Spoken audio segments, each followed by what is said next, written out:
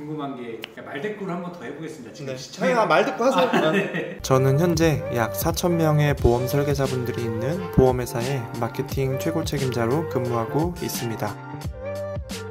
네, 반갑습니다, 네, 대표님. 반갑습니다. 네, 오늘은 네. 정말 진짜 저뿐만 아니라 많은 분들이 보험이 아니라 어떤 영업이든 간에 이거는 무조건 궁금해야 할 사항인 것 같아요. 뭐냐면 뭐예요? 고객이 네. 생각해볼게요 할 때 어떻게 해야 될까요? 생각해볼게요. 고민해볼게요. 그쵸? 네.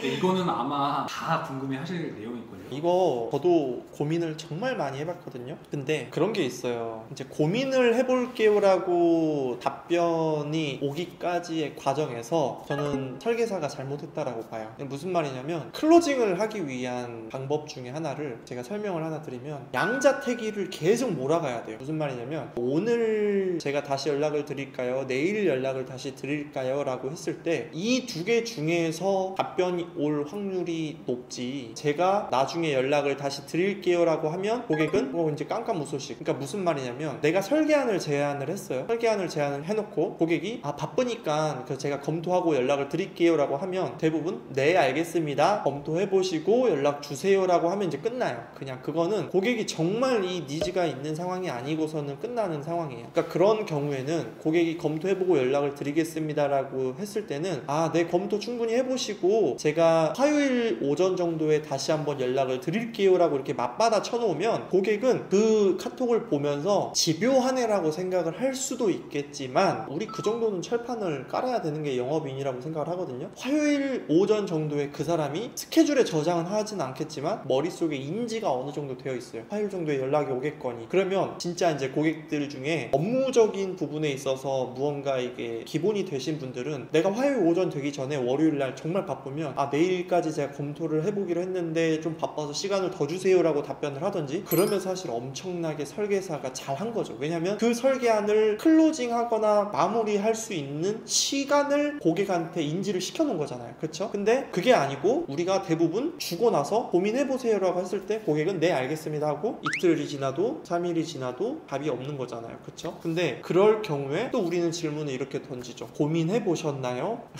고민해보셨나요? 라고 질문하면 답변이 뭐라고 와요 보통? 아니요, 제가 시간이 없어서 네. 아직 확인을 못했네요. 저는 영업하는 사람들이 좀 답답한 게 뻔하게 나한테 답변이 올 게 예상이 되는데 질문을 왜 그렇게 던지는지 모르겠어요. 그러니까 내가 고민을 해봤는지 상대방이 궁금하면 이렇게 던져야 돼요. 제가 충분히 이 부분은 신경을 써서 고객님한테 맞춰가지고 설계안을 만들어서 보내드렸었는데 언제쯤 다시 통화가 가능하실까요? 라고 물어보면 제가 방금 뭐라 그랬죠? 서두에 충분히 당신한테 맞춤형으로 나는 시간을 드렸다라는 것을 간접적으로 어필을 했잖아요. 그쵸? 네. 그러면 그냥 고민해보셨나요? 라고 이야기를 하는 것보다 훨씬 더 긍정적인 답변이 돌아오지 않을까요? 설령 클로징이 안 된다 하더라도 그 이야기를 들은 고객은 나에 대한 감사와 고마움이 있어요. 그러면 본인이 계약을 하지 않더라도 마무리를 지어준다라는 거예요. 무슨 말인지 이해 가시죠? 네. 그러면 설계사 입장에서는 어떻게 돼요? 선택과 집중을 할 수 있죠.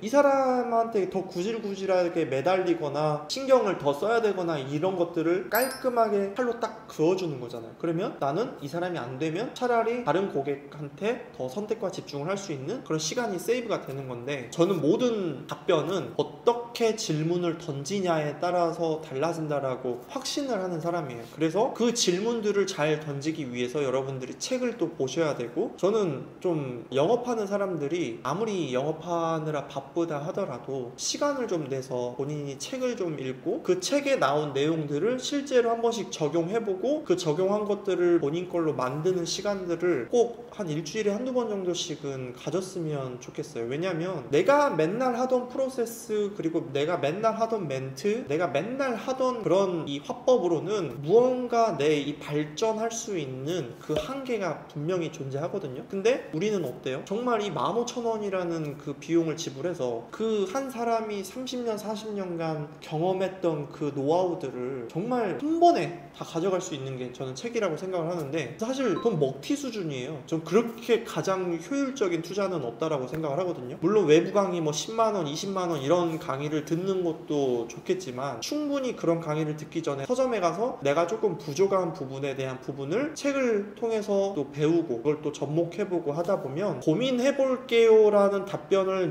나오게 만들지 않는 질문 실력이 늘어날 거라고 저는 생각을 합니다. 충분히 답변이 도움이 되셨나요? 아, 네. 너무 도움이 됐는데 또 궁금한 게 있나요? 제가 지금 시청하고 계시는 분들 대표로 궁금한 게 말대꾸를 한번 더 해보겠습니다. 지금 네. 시청에 말대꾸 하세요. 네. 고객분이 저희가 이렇게 질문을 하잖아요. 저희가 언제쯤 연락을 드릴까요? 더 좋은 설명을 위해서 이런 질문을 남겼을 때 이런 고객이 있을 거예요. 그렇죠? 시청자분들.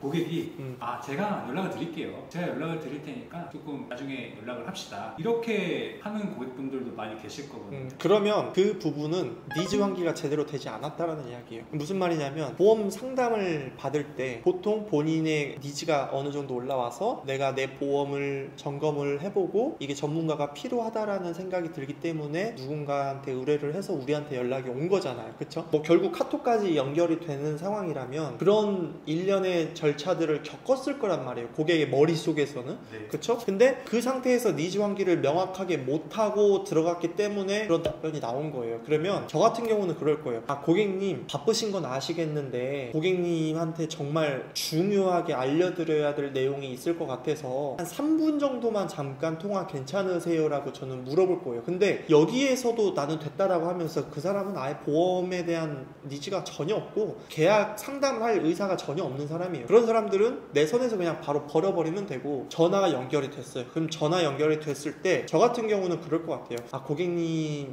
고객님이 바쁘시니까 제가 간단하게 요점만 알려드리고 필요한 부분까지만 설명을 드릴게요. 충분히 고민해보시고 말씀을 해주세요 라고 이야기를 할 것 같아요. 근데 그 통화를 끝나고 나서 나는 무엇을 남길 거냐 라고 했을 때 당신이 죽었을 때 어떤 상황들이 벌어지고 당신이 암에 걸렸을 때 어떤 상황들이 벌어질 것이라는 걸 나는 기록으로 남겨줄 거예요. 한눈에 보일 수 있도록. 왜냐면 그게 사실은 니즈 환기가 다 바로 되거든요. 그러니까 우리가 생각했을 때 문의가 왔기 때문에 나한테 니즈가 엄청나게 많이 있을 거라고 생각을 해서 그냥 바로 상담으로 돌아가는데 그 순간에서조차도 니즈 환기는 어느 정도 필요하다라는 거예요. 그리고 그것들을 클로징하기 위해서 니즈 환기는 저는 크게 하거나 작게 하거나 그거는 중요치 않다. 일단은 해야 된다. 이해 가시죠? 너와 내가 지금 상담을 해야 되는 이유에 대한 부분을 먼저 서두로 한번 깔아주는 거예요. 그러니까 그런 부분이 저는 좀 효율적이지 않을까 그런 생각을 합니다. 고객이 제가 연락을 한번 드릴게요 이렇게 했을 때 거기서 또 니즈 한 번을 조금 더 강하게 그렇죠. 감미를 시켜라 라는 내용인 것 같아요. 왜냐면 우리도 그렇지만 보통 카톡에 일이 떠 있잖아요. 그러면 별로 중요하지 않는 내용들은 안 읽어요. 그냥 나중에 읽어요. 그쵸? 근데 그 고객들한테 우리는 그런 사람이라는 거예요. 이해 가시죠? 근데 고객이 정말 니즈가 많이 있어요. 그러면 우린 정말 중요한 사람이 되는 거예요. 이해 가시죠? 근데 중요하지 않은 사람을 중요한 사람으로 올리기까지는 결국 니즈 환기다. 우리가 막 앞에서 막 이야기를 떠드는 게 아니잖아요. 카톡으로 또 전화로 이렇게 하다 보니까 그건 어쩔 수 없는 것 같고 온라인으로 상담을 하다 보면 모두가 겪는 그런 애로사항이지 않을까. 근데 저는 그렇게 생각을 해요. 그런 고객들 막 여러 명 하는 것보다는 진짜 니즈가 있는 사람을 한 명 딱 만나서 소개받는 게 훨씬 나는 효율적이다 라고 생각을 합니다. 쉽 떨어지고 그런 분들하고 계속 상담을 하다 보면 나한테 스스로 문제가 있나라는 그 자괴감도 들 수 있어요. 그래서 그런 사람들이 있으면 본인도 그냥 빨리 쳐내버리고 너와 나는 인연이 아니라고 생각을 하고 대신에 거기까지 가기까지 최선을 다 해야겠죠. 당연히 내가 뭐 얼마나 대단한 사람이라고 나한테 펜으로 청약서 그냥 사인해줄 대기하고 있는 그런 고객들은 없어요. 그렇죠? 그런 제반 일련의 절차들이 다 필요하고 거기에서 원활하게 됐을 때 계약이 되는 거고 그리고 그 컨설팅에 만족이 됐을 때 소개도 받는 것이기 때문에 좀 고민해 볼게요. 뭐 나중에 연락을 드릴게요는 본인이 얼마나 질문을 잘 던졌는지 못 던졌는지 그 질문이 어떤 질문인가에 따라서 그런 답변이 나올 것이다 라고 저는 생각을 합니다. 좋은 말씀 감사하고요. 이거 영상 무료입니다. 그냥 구독과 좋아요만 부탁드릴게요. 근데 너무 아까운 것 같습니다. 무료로 하기에는. 이거 제가 돈 받고 할 이거 뭐 받아봤자 얼마나 받겠어. 근데 오늘 너무 좋은 말씀을 해주신 것 같아서 무료로 영상이 올리기에는 너무 아깝다고 저는 생각이 든 것 같아요. 오늘 영상 같은 경우에는 그냥 이런 좋은 내용들을 많이 공유하다 보면 저와 결이 맞는 비즈니스를 같이 하게 되는 파트너들이 생길 거예요. 저는 이제 그런 큰 단기적인 안목을 보고 유튜브를 하는 거기 때문에 여러분들이 도움이 되셨다라고 하면 제가 오히려 감사합니다. 알겠습니다. 오늘 단 2가지 질문밖에 없었는데 정말 알찬 내용이었던 것 같고요. 오늘도 좋은 영상 찍어주셔서 감사합니다. 다음 시간에 또 뵐게요. 안녕.